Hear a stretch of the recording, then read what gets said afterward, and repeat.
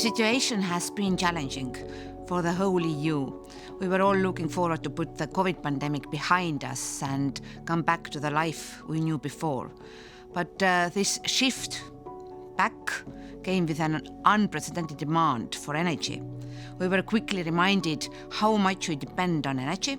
Whenever we turn the light on or charge our phone, many of us think how much more they will pay for it. And indeed, while we were hoping that the arrival of spring would calm the situation a bit, the Russian war in Ukraine has only added to the existing complexity. It is important to consume energy in a responsible way. This has benefits for our wallets, but also, perhaps more importantly, for our environment.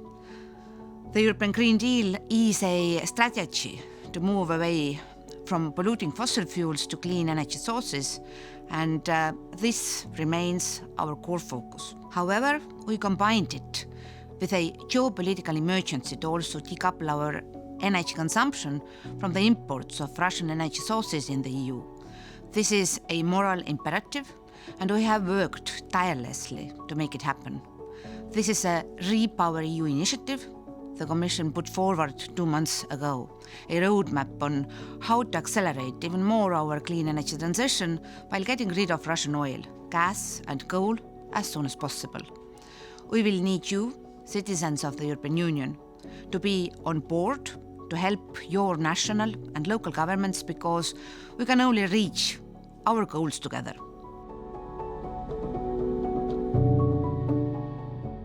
Vulnerable consumers have been our immediate focus ever since the price crisis emerged. They were at the core of the first guidance the Commission issued back in October last year. Our most recent proposals from March gave Member States another set of guidance on regulating electricity prices for households and micro-enterprises. One thing they can consider is to temporarily tax windfall profits created by the exceptionally high electricity prices. Given that prices are likely to remain high and that the energy supply structure in the EU might not be the same when we reach the next heating season, it's crucial to ensure that our gas storage is filled appropriately. This is why we proposed that the underground storage in each member state is at least 80% full by November this year. We are also working on the creation of an energy platform to coordinate common purchase of gas for European countries. United, we will eventually emerge from this price shock. The war in Ukraine had a ripple effect on Europe's energy policy and energy security. It is now clearer than ever that Europe needs to move even faster to reshape our energy system and bring the dependence on Russian energy to an end. With Repower EU, the European Commission aims to phase out Russian fossil fuels completely. In the short term, we need to reduce reliance on imports from Russia through diversification of suppliers and greater reliance on liquefied gas. But in the longer term, we need to speed up or switch to renewables, increase energy efficiency and develop new clean technologies like hydrogen.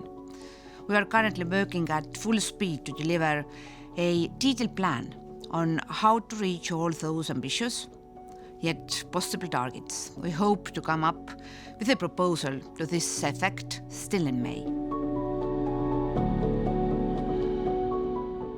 The cheapest energy is the one that we don't consume. Energy efficiency and building renovations can help ease pressure for consumers.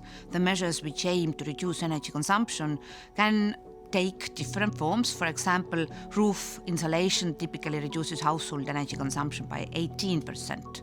Double or triple glazed windows can easily reduce the need to heat or cool buildings. Also, smart meters at home make it much easier to reduce consumption when it is not needed. As part of the Recovery and Resilience Facility, the European Union and the Member States have planned a total of 64 billion euros of investments in building renovation, SMEs and centralized district heating, with energy renovation in buildings representing over 50 billion euros.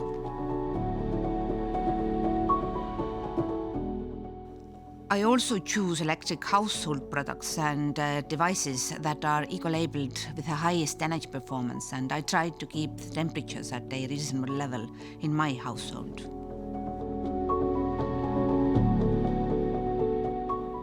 Renewable energy is based on natural resources. Historically, national differences stem first of all from different potentials and the level of infrastructure development. Until 15 years ago, almost all renewable energy used in the EU came from biomass, forests, or hydropower.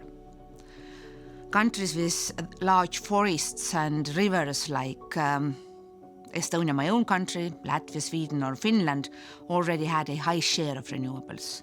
Others banked early on the potential of renewables. Denmark decided to invest heavily to exploit the wind blowing in the North Sea, while many countries decided to grant support to solar PVs.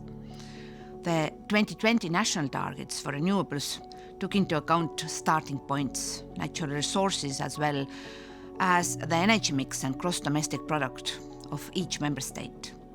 The picture towards 2030 looks different, with falling costs of wind, PVs, but also solar thermal and heat pumps technologies.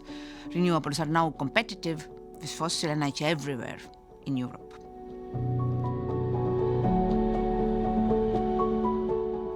I have already mentioned the European Green Deal. Our overarching list of different initiatives and actions the Commission has set to reach net zero by 2050. And we are moving with good speed.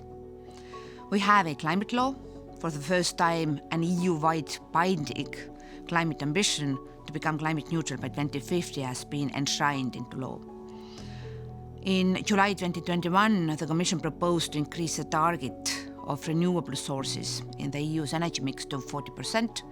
In addition, the Commission proposed to increase energy efficiency targets at EU level and made them binding to achieve by 2030 an overall reduction of 36 to 39% for final and primary energy consumption. In the course of 2022, the Commission will adopt a new solar energy strategy that will help the member states to accelerate the deployment of solar technologies, while we are also working on an action plan on the digitalization of the energy sector to help develop a competitive market for digital energy services and digital energy infrastructure that are cyber secure, efficient, and sustainable. We are working on many different work strands.